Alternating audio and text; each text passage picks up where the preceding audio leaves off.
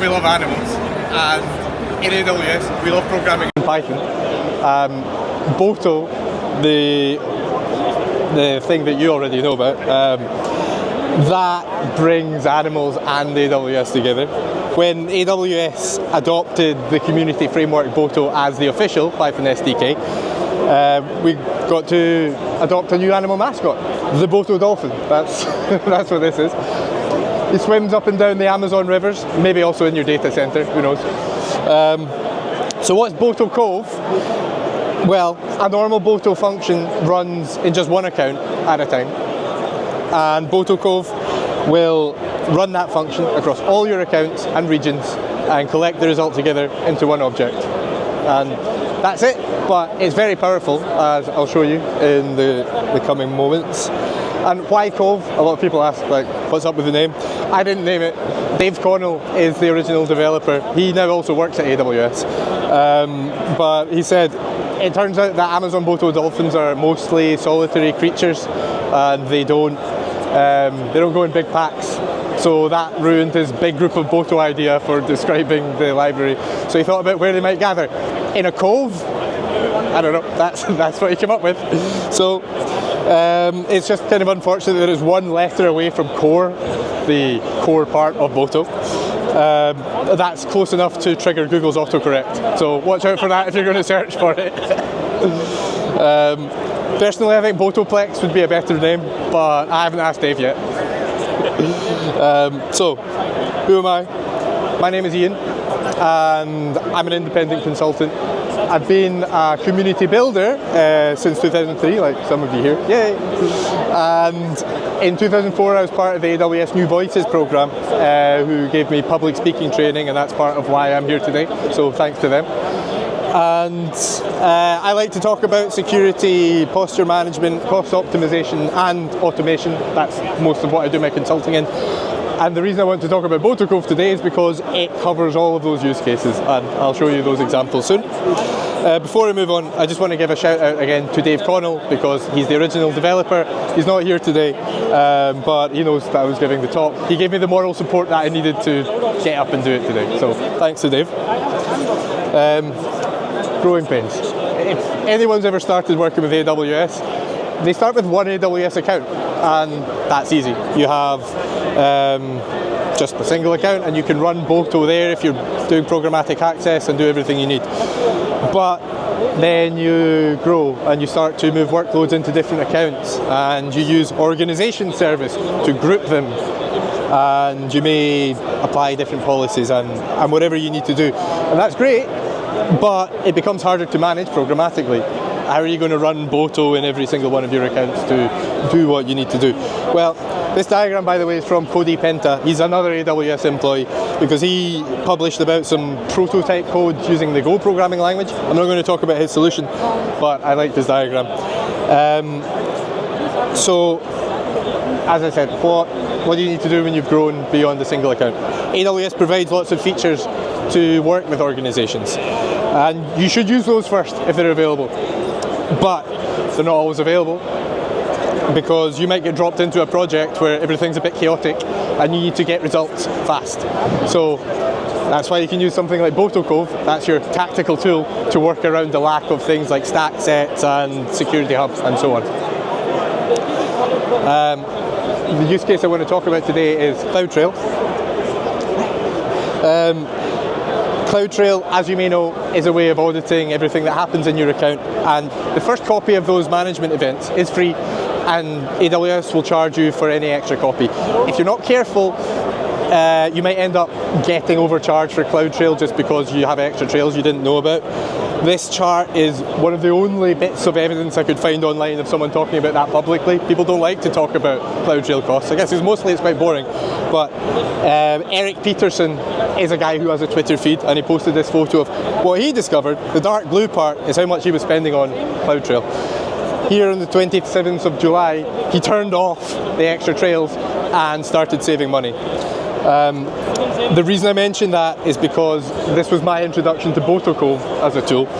He didn't put any numbers on the slide, but let's say for for the sake of argument and urgency, that it was costing you $2,000 a day. I was working at a very big customer of AWS at the time, and that was the kind of money they were spending by accident almost. So let me set the scene. My first job there was to update CloudTrail from per account trails to an organization trail, because it's easier to protect, it gives better auditing, so it was an obvious thing to replace. We thought we turned off all of the per account trails until we'd looked at the bill a couple of weeks later and we're like, you need to do something about this right now.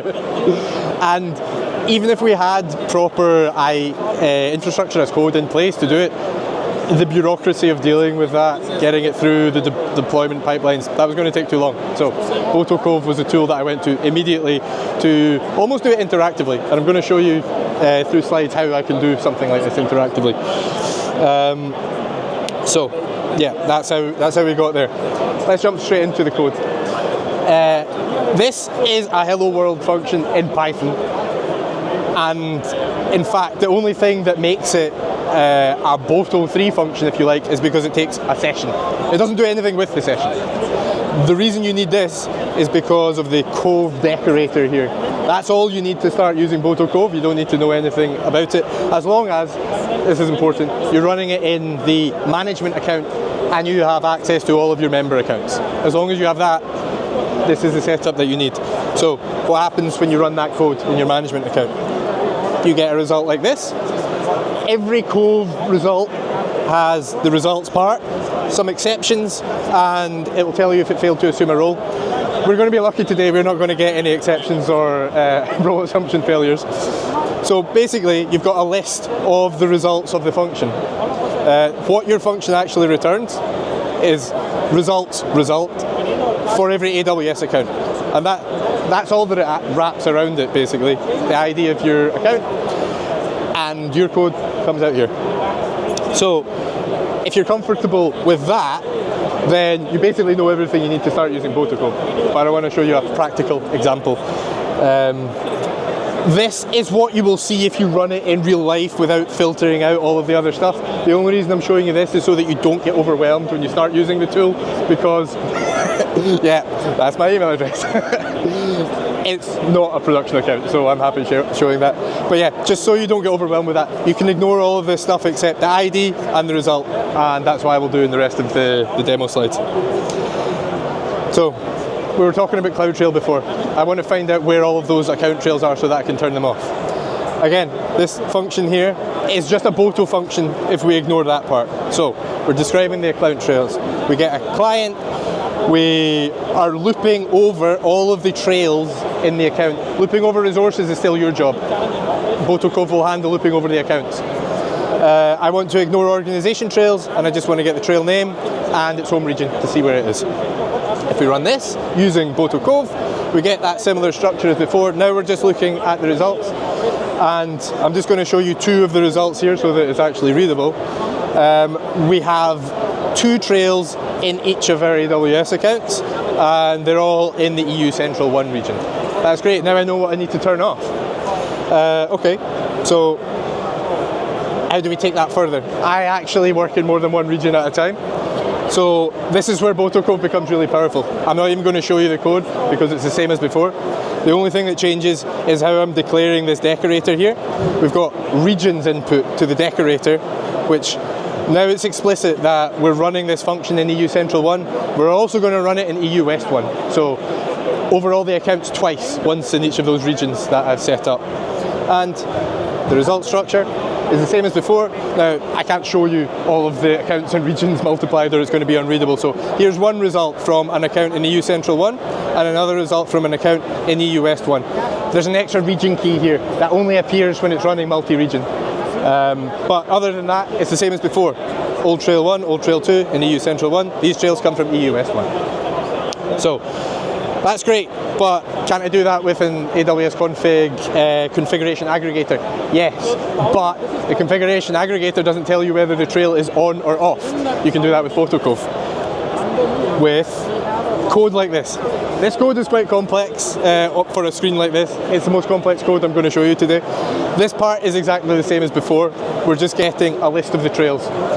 The part that is new is where we're looping over that list of trails and we're calling another function, getTrailStatus. This is why AWS config doesn't show you it.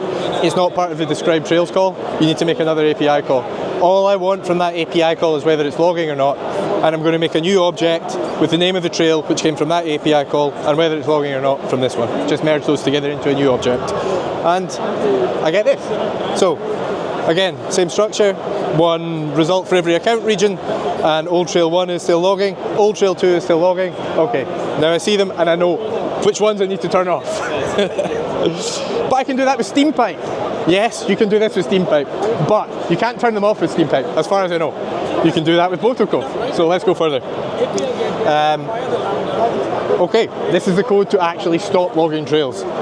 Again, this part is the same as before. We're just getting a list of all the trails in the account. And stopping the trails is as simple as this. We loop over every trail and we call stop logging, passing the name of the trail. That API call doesn't actually return anything by itself, so we want to return stopped just so that we have something to see in our aggregate result. And it looks like this. This one's neat because it's such a small return, but here we can see in this account region, stop, stop, stop, stop. Great, they all stopped. I actually finished my job. I've stopped all the trails using that little amount of code. The Botocove decorator handled all of the connecting to all the accounts. I don't need to worry about any of that stuff. Well, I think it stopped because it says stopped. Let's check again to see if it actually worked by running that other function I showed you before. And yes, here we can see in this account, well, the region part is missing. I'm not sure why that is, probably because I copied and pasted the wrong example, but this is what we were hoping for. Is logging false? So I just saved my client a lot of money, and I've just saved the rainforest because I stopped logging in the Amazon. And you might be thinking, come on, it's not that hard to loop over the accounts by yourself. It is easy to start, but if you're not careful what you're doing, you might end up with a huge memory leak. That's what I'm trying to show you with here. This is how I got involved in developing the Botocove project, because I was running it across 1,000 accounts and it was breaking my computer when the memory occupied more than I had. So I reported that back to Dave Connell, the developer, and figured out how to analyse that. And we discussed it on a GitHub issue, and we figured out a solution. So this huge huge line here is how it used to work. And these flat lines are the amount of memory it consumes over time now. So not only does it consume way less memory, it finishes faster. That was a winner all around. And that is open source in action. We fixed that so that you don't have to ever again, as long as you use Botocove. And that's it. Thanks. Sorry? What name of programming language are you using? That was Python. Python? Yeah, sorry, I should have said that at the start. If you're using Python, then you can use this. Otherwise, get comfortable with Python first. Learn the aws-org-tree library, because that's what you're using when you're using Botocove. But yeah, that's all just Python. And you can run that interactively in your terminal. That's how I run those examples. So yeah, please give us a star on GitHub. Come and try it out. And yeah, that's it. Thank you very much. Thank you guys. Nice.